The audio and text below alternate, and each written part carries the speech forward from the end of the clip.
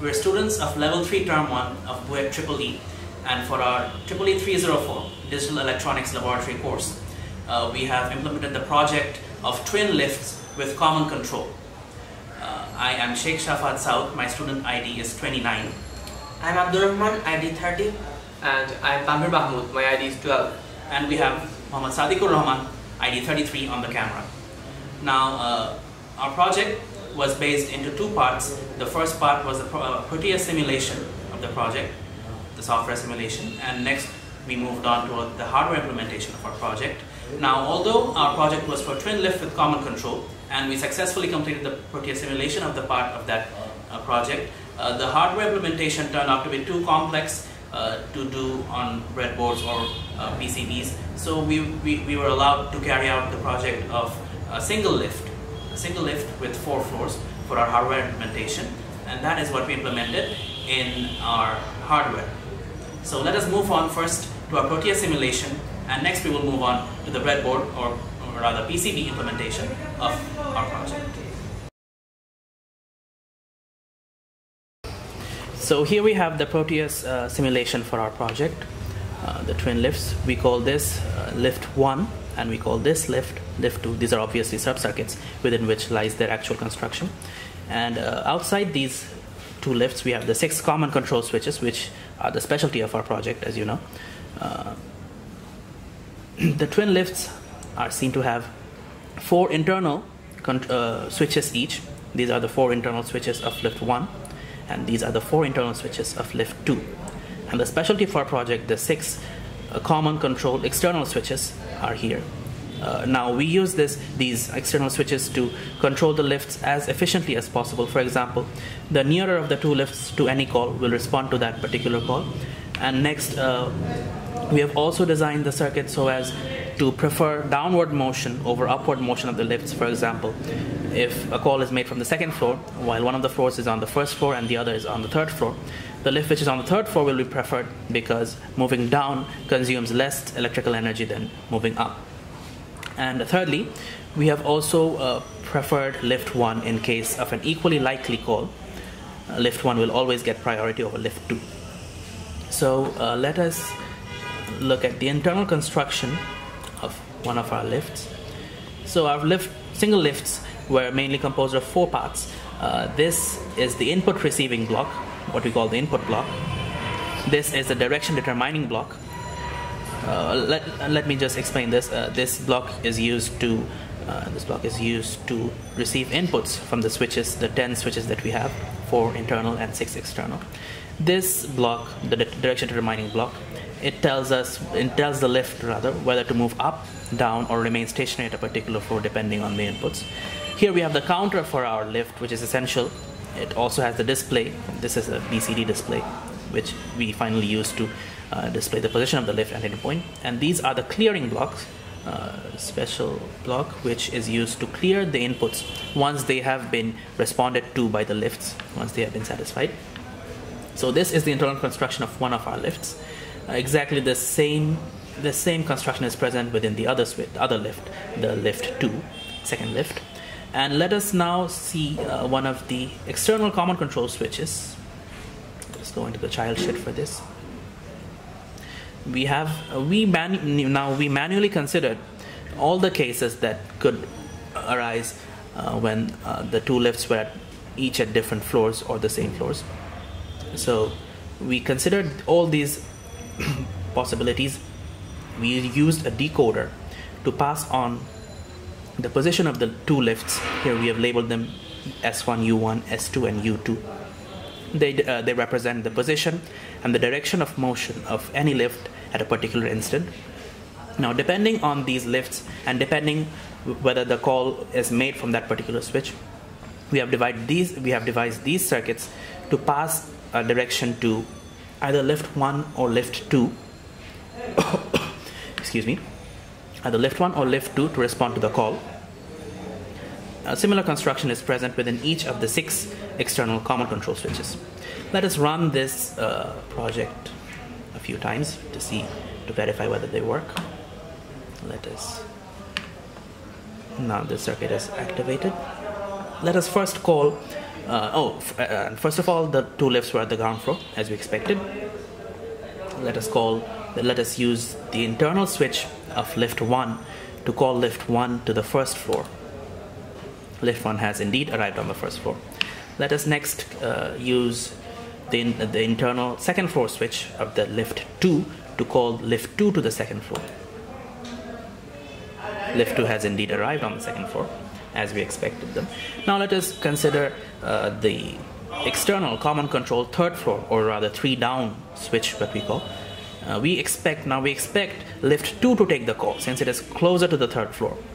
If we press the third floor button, yes, lift 2 has indeed responded to the call while lift 1 remains at its previous position. Again, let us now use the ground floor, the common control ground up switch. Now we expect lift 1 to take this call as it is closer to the ground floor. Yes, lift 1 has indeed taken the call and moved to the ground floor. Now let us consider, again, let us try the third floor, let us try the second floor switch. Let us use the 2 up switch. Now we expect lift 2 to move down since it is closer to the, yes, lift 2 has moved down.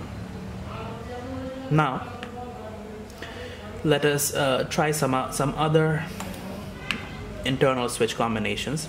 We called lift 1 to the third floor. We called lift 2 to the third floor. We called lift 2 to the ground floor. It eventually arrives on the ground floor. Let us call lift 1 to the ground floor as well. So we can see that these two twin lifts rather, they perform as we expected them to do.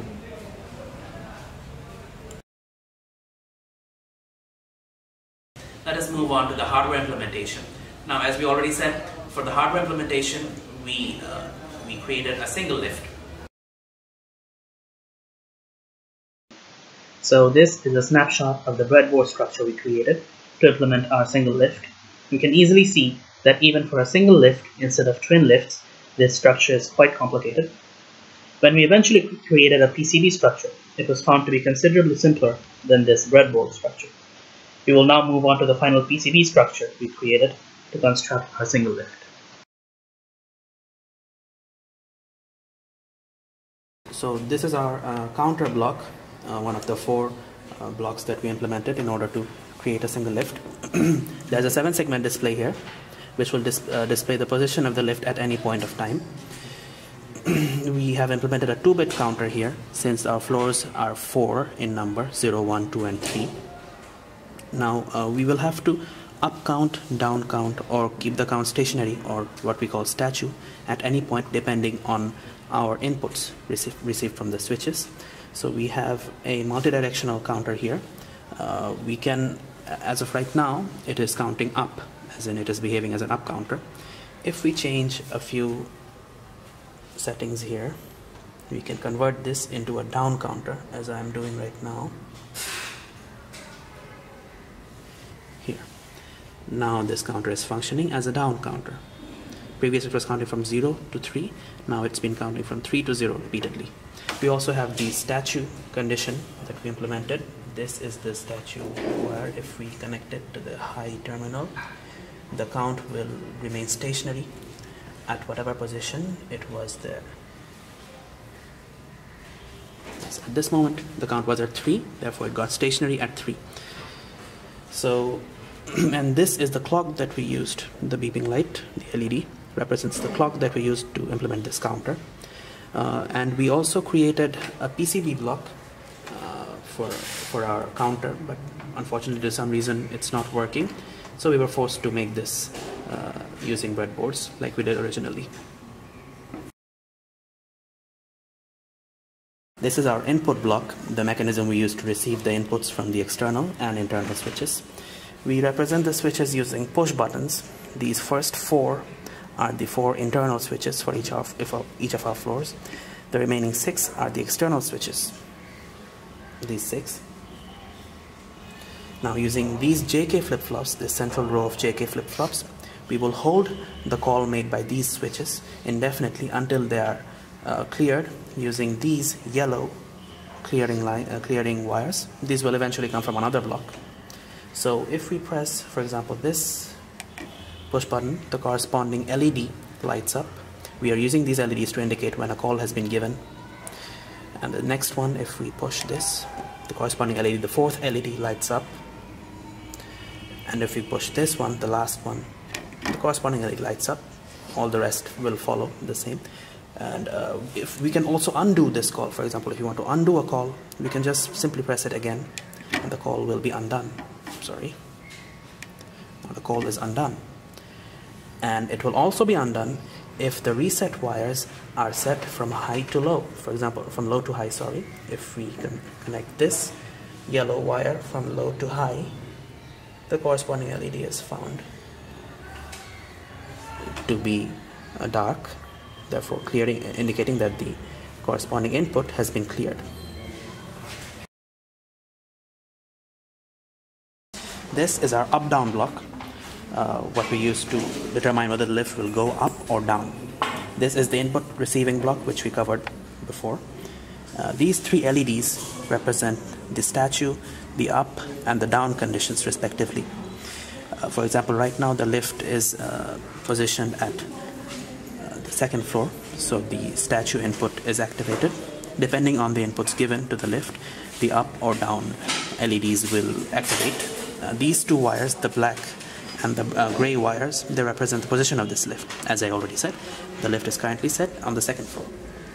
Now, if we press this 3 down call, as in we're calling the lift from the third floor, so we will expect it to go up from the second floor. So we press the 3 down switch, the LED is activated, and we see that the up LED has been activated as well. Let us get rid of this call now. It's found to return to the statue. Again, if we press the 1 down call, we will expect the lift to go down, move down from the second floor to the first floor. Here we are pressing 1 down, this LED is activated, and again this down LED has been activated. So we see that the lift is indeed going down as we expected. Another thing, let us again press the 3 down switch. The up LED turns on. Now if we press the 1 down switch, even though the 1 down switch has been activated, the call remains up. The lift will first move up and then ultimately come down once it has cleared the 3 down call. For example, if we get rid of the 3 down call now, as soon as the 3 down call is gone, the down LED lights up again. And if we get rid of the 1 down call now, the statue condition is seen to be reactivated.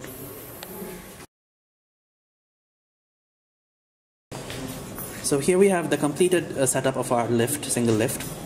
This is the BCD display which shows the position at any time. Currently it is at the ground floor. If we give an input on the third floor, the lift rises up and stops on the third floor. And now if we press the 1 down switch, we will expect the lift to come down from 3 to 1. We're pressing the switch here and it comes to 1. Now that the lift is again on the first floor, we try to bring it back to the third floor again. We press the 3F switch and the lift is found to return to the third floor, which means that our lift does work properly. So there we have it, our project for twin lifts, the breadboard and the hardware and software implementation. It was indeed a great experience for us working on this project together, and it was fascinating to see the theories that we learned in class come to real life. And although our project was quite challenging, it took us until the 11th week of the term to simply complete the software simulation alone, after which we moved on to the hardware, and therefore we had very limited time to complete our hardware. But it was still very exciting. It was a very exciting project. We did learn a lot, and we would also like to take this opportunity to thank our course teachers for their continued support and dedication towards our project during the entire course of this term.